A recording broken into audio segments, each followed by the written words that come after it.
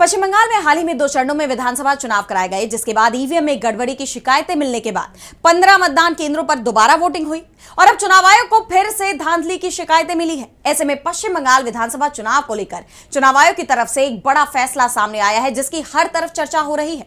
तो क्या फैसला किया चुनाव आयोग ने, जानेंगे इस रिपोर्ट में। पश्चिम बंगाल में 29 अप्रैल को विधानसभा चुनाव के लिए मतदान किए गए थे, लेकिन अब चुनाव आयोग ने बड़ा फैसला किया है, जिसके तहत राज्य में एक बार फिर मतदान कराए जाएंगे। दरअसल वोटिंग में धांधली की खबर सामने आई है, जिसके बाद आयोग की तरफ से फलटा विधानसभा क्षेत्र के करीब 285 मतदान केंद्रों पर रीपोलिंग कराने का फैसला लिया गया है। फलटा विधानसभा क्षेत्र में 21 मई को सुबह 7 बजे से शाम 6 बजे तक दोबारा मतदान होगा, जबकि इनके नतीजे 24 मई को सामने आएंगे। बता दें, फाल्टा विधानसभा क्षेत्र में तृणमूल कांग्रेस से जहांगीर खान और बीजेपी के दिबांशु पांडा उम्मीदवार है, जिसके बीच कड़ा मुकाबला देखा जा रहा है। 29 अप्रैल को दूसरे और आखिरी चरण में फाल्टा में मतदान हुआ था। इस दौरान इस क्षेत्र से हिंसा और झड़प की कई खबरें सामने आई थी। इस विधानसभा सीट पर बीजेपी और टीएमसी के कार्यकर्ता आपस में भिड़ गए थे। दोनों के बीच जबरदस्त हिंसा हुई।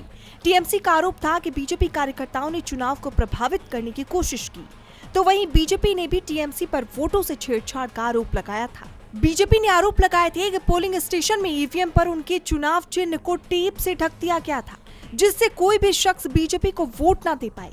कई बूथों पर तो 100% वोटिंग हुई, तो कहीं सीसीटीवी बंद करने की खबरें सामने आई, जिसके बाद बीजेपी की शिकायत पर चुनाव आयोग ने बड़ा फैसला करते हुए चुनाव रद्द कर दिया और अब फिर से चुनाव कराने की तैयारी की जा रही है, जिस पर टीएमसी की प्रतिक्रिया आई है। टीएमसी नेता साकेत गोखले ने कहा कि हार से पहले बीजेपी बहाने बना रही है। उन्होंने एक्स पर पोस्ट किया, कल बंगाल में होने वाली हार से पहले भाजपा बहाने बना रही है।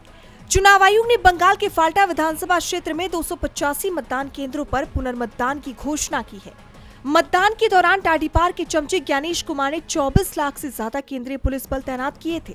इसके अलावा बीजेपी के एक चमचे, जिसे वो उत्तर प्रदेश का मुठभेड़ विशेषज्ञ पुलिसकर्मी बताते थे, उसे पुलिस पर्यवेक्षक नियुक्त किया गया था। इसके बावजूद चुनाव आयोग का कहना है कि पुनर्मतदान कराना ही होगा। इतना ही नहीं, उन्होंने आगे कहा कि कल बीजेपी की हार को पचा न पाने के कारण टाडीपार अपनी इज्जत बचाने और पार्टी को बचाने का रास्ता देने के लिए बहाने बना रही है। हार का एहसास होने के बाद बीजेपी अब अपनी शर्मनाक हार को सही ठहराने के लिए चुनाव निष्पक्ष नहीं थे का दावा करेगी। यही वजह है कि टाडीपार ने एक्सिस माई इंडिया को अपना एग्जिट पोल जारी करने की इजाजत नहीं दी।